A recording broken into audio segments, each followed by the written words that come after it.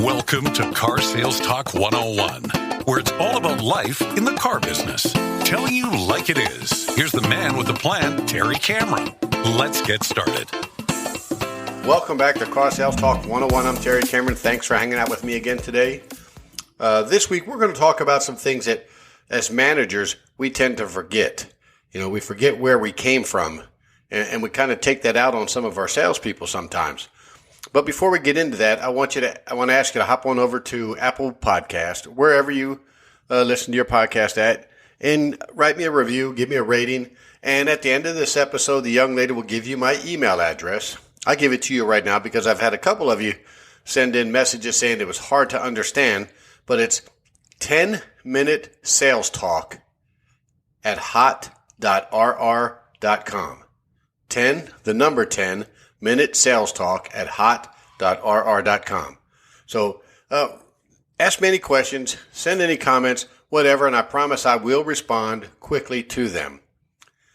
Again, I want to talk about remembering where we came from, when we're dealing with our salespeople. And before we get into that, I'm going to give you a little bit of an example. I've been mountain bike riding, I guess, now for 10, 12 years. And there's some trails out close to me that go anywhere from beginner to, I guess, a little bit more than intermediate. So they get a little difficult. I bought my wife a mountain bike and I took her out there and I took her on what I thought were easy trails. And it didn't go well. It wasn't pretty. She ended up crashing, got really mad at me for it. And, I didn't even think about it at the time, but I remember riding some of those trails that she was on at that time when I first started, and they were a little bit intimidating to me. Now it's just instinct. Things just take over, and I ride these hills and trails and some of these obstacles without even thinking about it. But I did forget where I started. And that's the same thing in the car business. You have to remember where you started. Remember your first day as a salesperson. If you're a sales manager, think about this. Your first day as a salesperson. If you're a business manager, finance manager, hopefully you were on the sales floor at one time and you learned, the growing pains that you had to go through to get to where you're at right now. But you have to remember that stuff. So I want to talk about some of those things. And let's first talk about the pencil. Whenever you send a brand new salesperson out there, and when I say brand new, I mean within probably, the first 6 months. It doesn't take long for you to catch on to the process.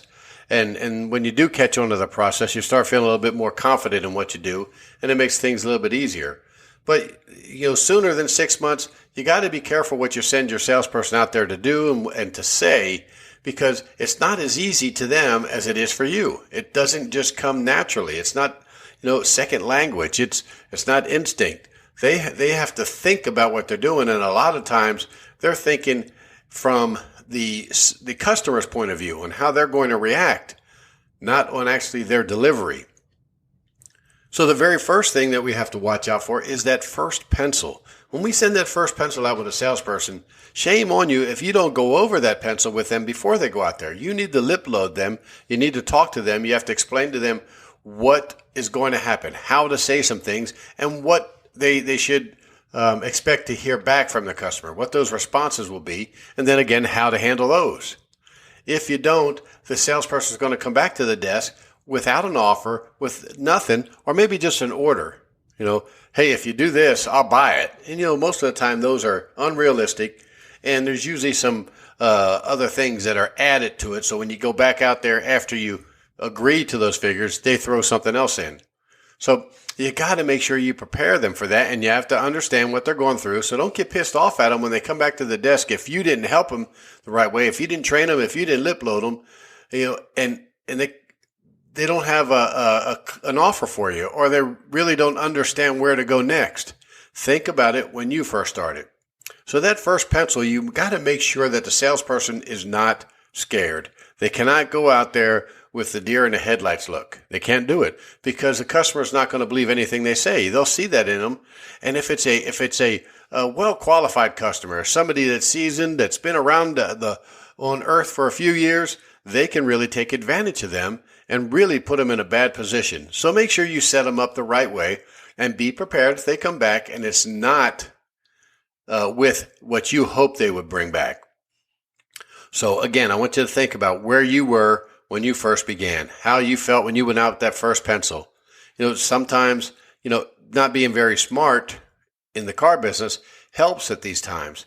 And they just go out there and say exactly what you want them to say. And that's great if they'll do that. But you got to be careful what you say to them then. Again, tell them what to say, prepare them, and then prepare them for the responses they should get. It's not that hard to do. Just don't get all tied up in everything and so busy and everything else where you can't take the time to remember where you came from and what that new salesperson is going through. Now, I want to go to the opposite end of this. Now, what I've heard lately, because we have a couple new salespeople on our sales floor, and what they tell me they're having a hard time doing is telling a customer they're turned down. And you wouldn't think that would be hard to do.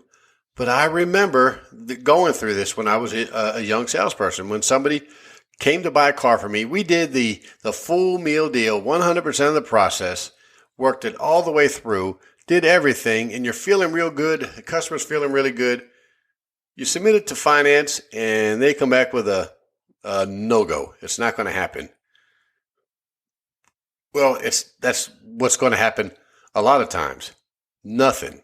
We're not going to be able to secure their financing. So I've had these salespeople telling me, man, I don't know how to tell them that. I hate this part, telling them they can't buy a car. They can't be approved. So again, remember where you came from and when you had to deal with that. The first thing you need to do is let your salesperson know that it's not their fault that the customer didn't get approved.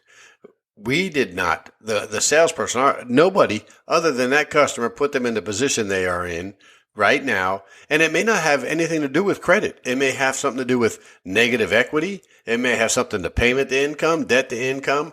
And there are some other ways to overcome those things.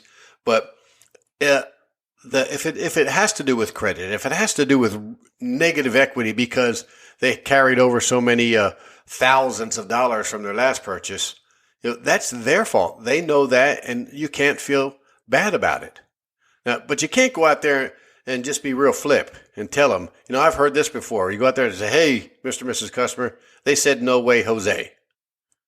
I've even heard customers come back responses and say, well, that's no problem because I'm not Jose. What did they say about my car deal? So you don't want to do that.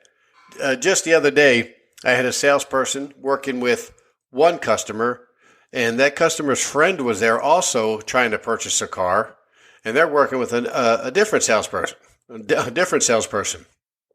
You have to think about this too. Birds of a feather flock together. So neither of these now could get approved. We could not secure their financing, and it had everything to do with not paying bills.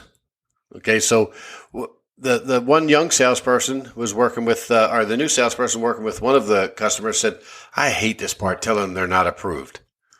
The other salesperson has been doing this for a few years, and he goes, heck, they came in together, let's kill two birds with one stone. And that's what he was going to go out there and tell the customers. Hey, we're going to kill two birds with one stone. Neither one of you can get approved.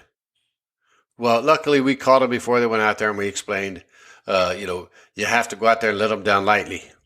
And think about this. You need to get them to believe that customer's still going to buy a car eventually. Maybe not right away, but it might be a few months, maybe a few years down the road. It could be next week if they total that car and it's paid off, and now they don't have any negative equity. You have to, at that point in time when a customer cannot purchase the car or they can't get qualified for the whole amount, you need to teach your salespeople to turn into counselors, and explain to them, hey, this is what's happened.